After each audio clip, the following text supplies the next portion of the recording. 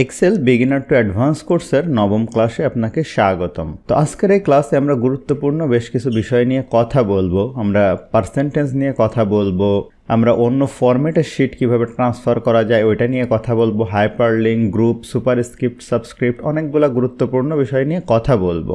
তো চলুন আমরা ক্লাস শুরু করি। দেখেন, আমি যদি পার্সেন্টেজ বের করতে যাই, আমার এখানে কিছু এমপ্লয়ির নাম আছে, তাদের সেলস ধরুন এটা হচ্ছে তাদের সেলস। এখন কোম্পানি থেকে বলে দেওয়া হলো যে তারা প্রত্যেকেই 5% হারে কমিশন পাবে। তো আপনি যদি এই ভ্যালুগুলার পার্সেন্টেজ বের করতে চান সেক্ষেত্রে আসলে কিভাবে করবেন।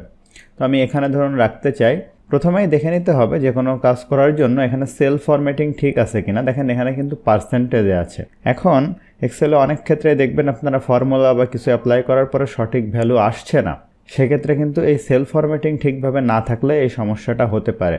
যেমন আমি এখানে লিখলাম যে 5/12/2022 এটা লিখলাম, কিন্তু দেখেন এটা পার্সেন্টেজে চলে আসছে, কারণ এটা আসলে পার্সেন্টেজ ফরম্যাটিংয়ে আছে। তো সেক্ষেত্রে আগে আপনাকে কী করতে হবে, এই সেল ফরম্যাটিং চেঞ্জ করে তারপরে কিন্তু এখানে লিখতে হবে, না হলে ঠিকভাবে আসবে না। যেমন আমি এখন এই ভ্যালুগুলার 5% যদি বের করতে চাই, আমি কি করব, আমরা যেভাবে ম্যাথ করি ওইভাবেই করব। ফর্মুলা দিয়ে ইকুয়াল দিব, এই ভ্যালু এটার গুণন আমি বের করব হচ্ছে যে 5, ঠিক আছে।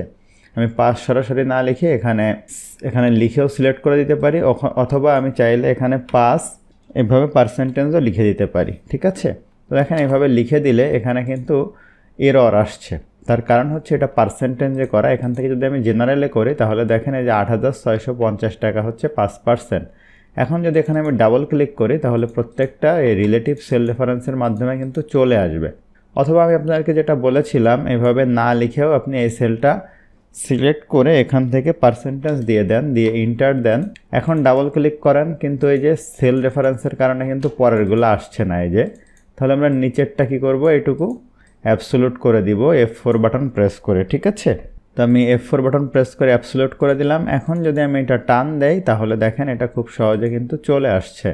এখন যদি আমি এখানে 10 করি তাহলে দেখেন অটোমেটিক 10% চলে আসবে, 20 করলে 20% চলে আসবে, ঠিক আছে। তো এইভাবে আসলে কোনো সেলকে সিলেক্ট করে দিলে আমাদের এই সুবিধাটা হয়।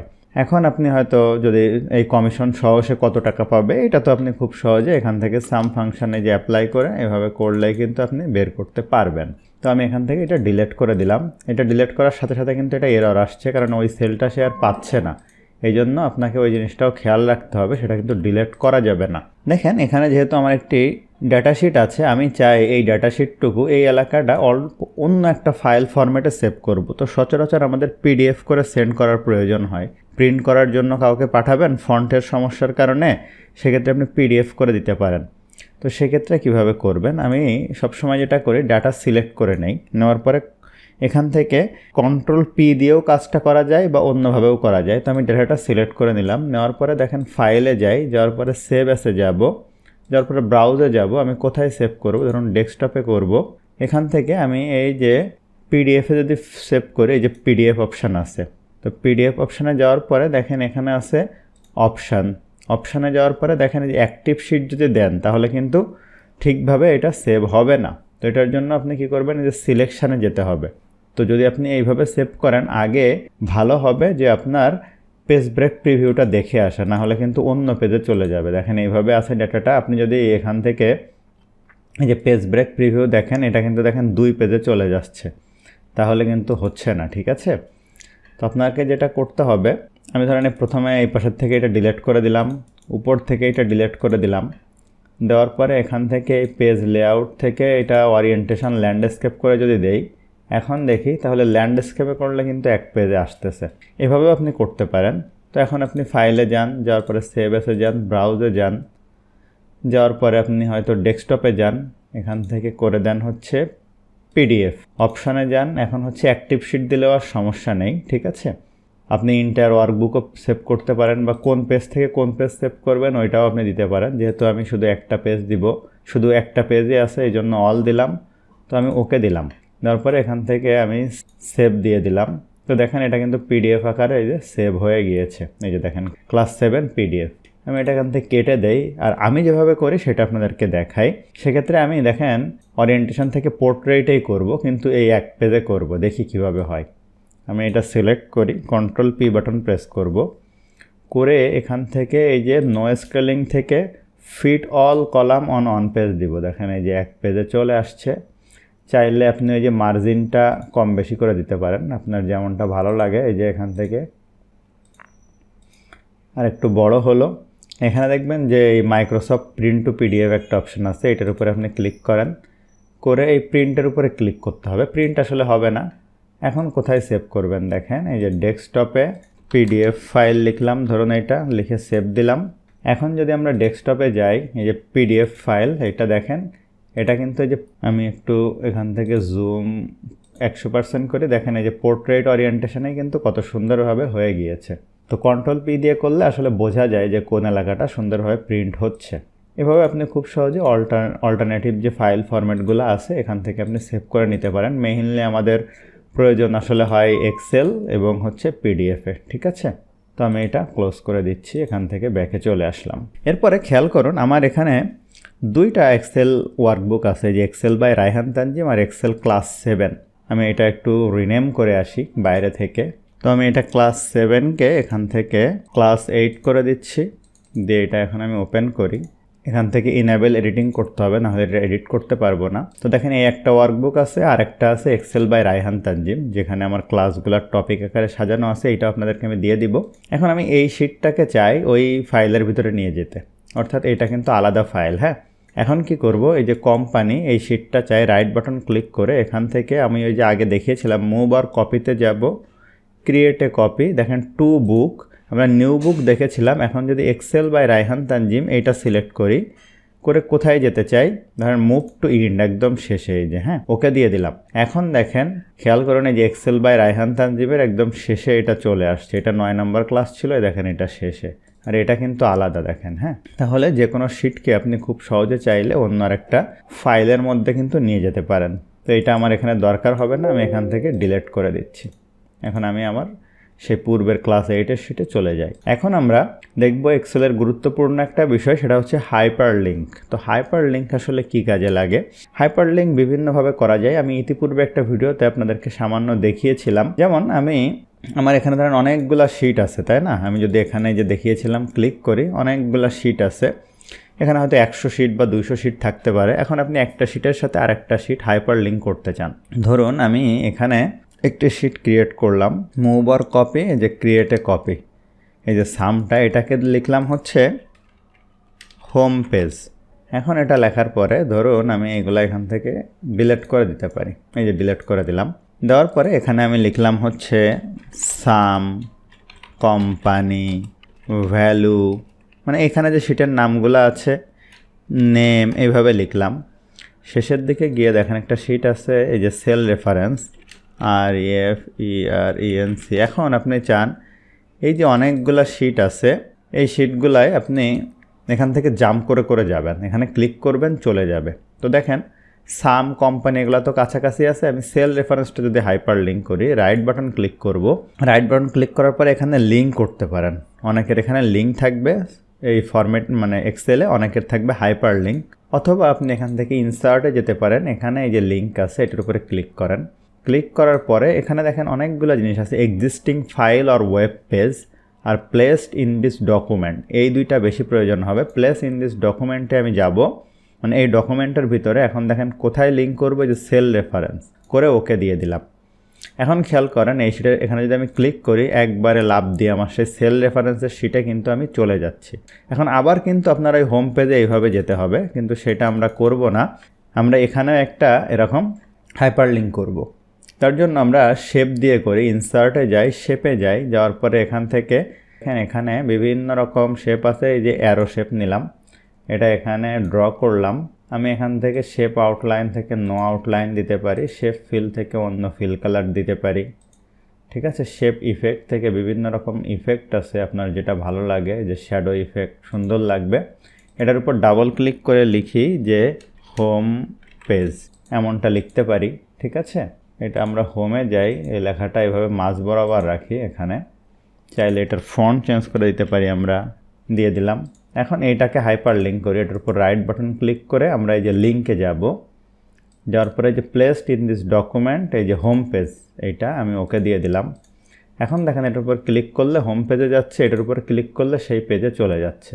এখন ধরুন এই হোম পেজ যেটা আছে এটা যদি আপনি রাইট বাটন ক্লিক করে এখান থেকে কপি করেন, করে আরও অন্য শিটগুলোতেও গিয়ে এভাবে পেস্ট করেন, খেয়াল করেন এটা আমি এখানে রাখলাম, এটার উপর ক্লিক করলে দেখেন একবারে আমি জাস্ট এটা বানালাম, এই হোম পেজগুলো আমি অন্য অন্য শিটেও কিন্তু ইউজ করতে পারবো। জাস্ট রাইট বাটন ক্লিক করে কপি করে যে শিটে রাখবো সেই শিটের থেকে আমি হোম পেজে যেতে পারবো, মানে বারবার এই বাটনটা তৈরি করার দরকার নেই। এখন যদি রিমুভ করতে চান হাইপার লিঙ্ক, যে রাইট বাটন ক্লিক করেন, রিমুভ হাইপার লিঙ্ক দেন, তাহলে আর ক্লিক করলে আর কিছুই হবে না।